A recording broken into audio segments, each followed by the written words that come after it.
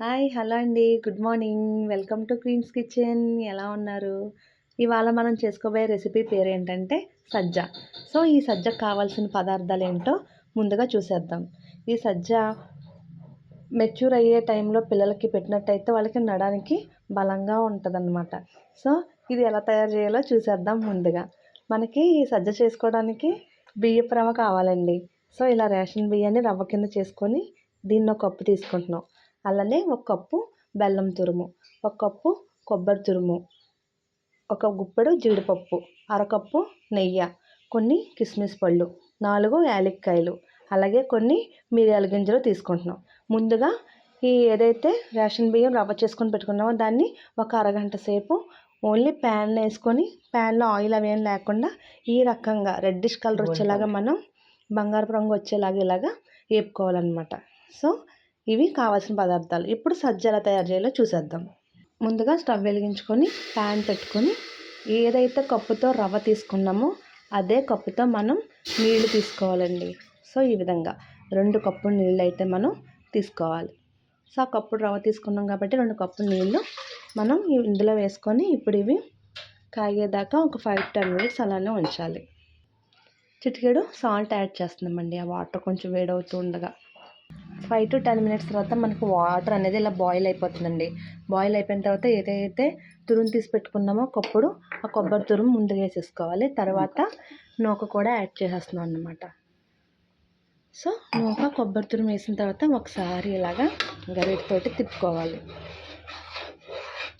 So, ఈ విధంగా అయితే మనకి నూక ఉడుకుతూ ఉంటుందండి. ఇలాగ మనకి 15 to 20 మినిట్స్ ఇది ఉడకడానికి టైం తీసుకుంటుంది అన్నమాట. 10 to 15 మినిట్స్ తర్వాత మనకి నూక అనేది ఇలాగా మగ్గిపోయిందండి. ఇప్పుడు దాంట్లో ఏదైతే తురుము పెట్టుకున్నామో కప్పుడు బెల్లం తురుము ఇది కూడా వేసి ఒకసారి కలిపేసుకోవాలన్నమాట. బెల్లం కరిగే వరకు ఇలాగ బెల్లం కరిగేదాకా ఉంచుకోవాలి.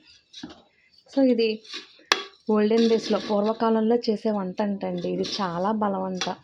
ఏ వయసు వారు తిన్నా కూడా చాలా బలంగా ఉంటుందంట. సో, బెల్లం తురుము వేసుకొని అది కరుగుతూ ఉండగా మనం ఈలోపు ఏదైతే ఇలాచి నెక్స్ట్ మిరియాలు ఈ రెండింటిని ఇలాగా గుండ కింద చేసేసుకోవాలన్నమాట. సో, ఇప్పుడు దీన్ని కూడా ఈ మిశ్రమంలో యాడ్ చేసేసుకోవాలి. ముందుగా కొంచెం నెయ్యి అయితే వేస్తున్నామండి. 2 స్పూన్లు నెయ్యి. అందాక 2 టేబుల్ స్పూన్స్ నెయ్యి వేసి నెక్స్ట్ ఏదైతే పౌడర్ కింద పెట్టుకున్నామో ఇలాచి మిరియాలు దాన్ని కూడా అలా చల్లేసుకోవాలి పైన.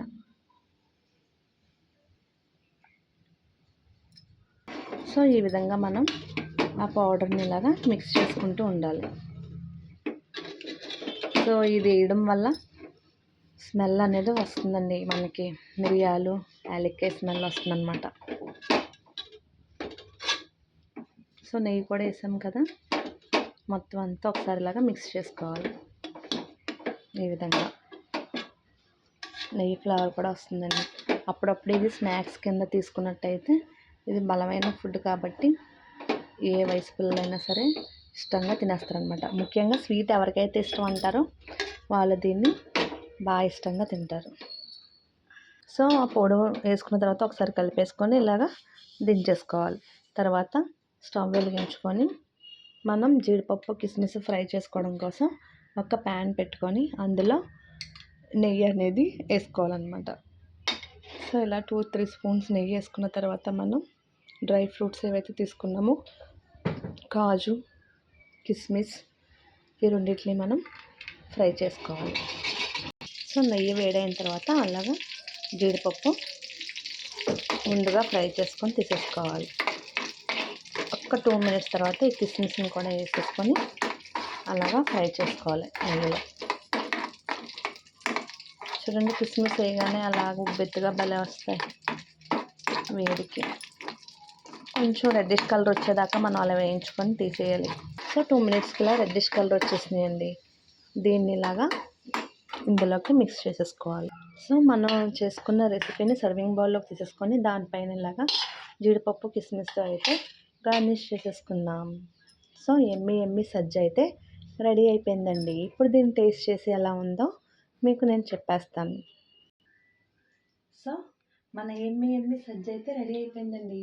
ఇప్పుడు దీన్ని టేస్ట్ చేసి ఎలా ఉందో మీకు నేను చెప్పేస్తాను.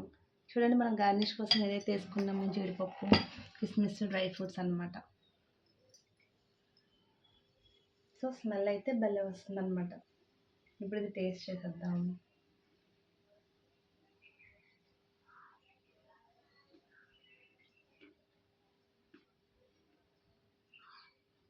చాలా సూపర్గా ఉందండి టేస్ట్ అయితే. ఏవైతే డ్రై ఫ్రూట్స్ వేసుకున్నామో నెయ్యిలో వేపేసి వీటి కాంబినేషన్తో పాటు ఇది తింటుంటే వేరే లెవెల్లో ఉందన్నమాట.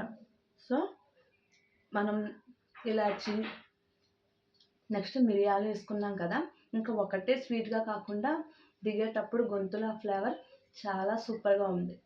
సో మేమైతే ఇంగ్రీడియంట్ని వేసి ఎలా అయితే ఈ రెసిపీ ప్రిపేర్ చేసుకున్నామో మీరు కూడా అదే విధంగా ప్రిపేర్ చేసుకొని ఎలా ఉందో నాకు కామెంట్ సెక్షన్లో కామెంట్ చేయండి. మళ్ళీ మీ గురించి హెల్తీ టిప్ కోసం ముందుకు వచ్చేస్తాం. ఇప్పుడు మీ ముందుకి హెల్తీ టిప్తో వచ్చేసామండి. సో ఈ హెల్తీ టిప్కి కావాల్సిన ఇంగ్రీడియంట్స్ ఏంటంటే కలబంద గుజ్జు, అలోవెరా అంటారు కదండి. ఇప్పుడు ప్రతి ఒక్కరి ఇంట్లో కూడా ఇది అవైలబుల్గానే ఉంటుంది. సో దీనివల్ల మనకి ఒక హెల్తీ టిప్ అయితే తయారవుతుంది అనమాట.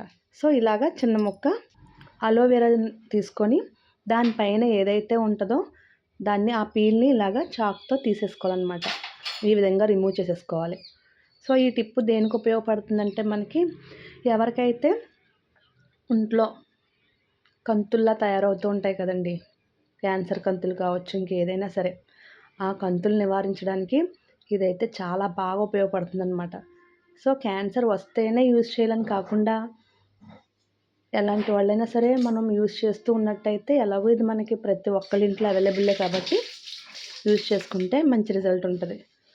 అలాగా దానిపైన పీల్ తీసేసిన తర్వాత మనం ఒకసారి వాష్ చేసేసుకొని ఈ విధంగా సపరేట్ చేసుకోవాలన్నమాట. సో దీన్ని ఇలా పీసెస్ కింద కట్ చేసి దీనికోసం పసుపు కూడా కొంచెం తీసుకోవాలన్నమాట. సో ఈ విధంగా ముక్కనైతే మనం తీసుకున్నాం. దీన్ని అలా పసుపులో రంగరించేసి ఇలా దాని చుట్టూతో కూడా పసుపు అంటించేసి ఈ ముక్కని ఇలాగ మనం డైలీ మార్నింగ్ టైం తినేసినట్టయితే, సో ఈ విధంగా తిన్నట్టయితే మనకి కంతులు అనేవి తయారవ్వండి. అసలు ఒకవేళ తయారైనవి అనుకుంటే కనుక అవి గర్భసంచిలో కానీ ఇంకా ఎక్కడైనా సరే తయారవ్వవు. తయారైనా కూడా అవి క్రమేపంగా తగ్గిపోతూ వస్తాయన్నమాట. సో ఈ హెల్తీ టిప్ అయితే చాలా యూజ్ఫుల్ అనుకుంటున్నాను అందరికీను.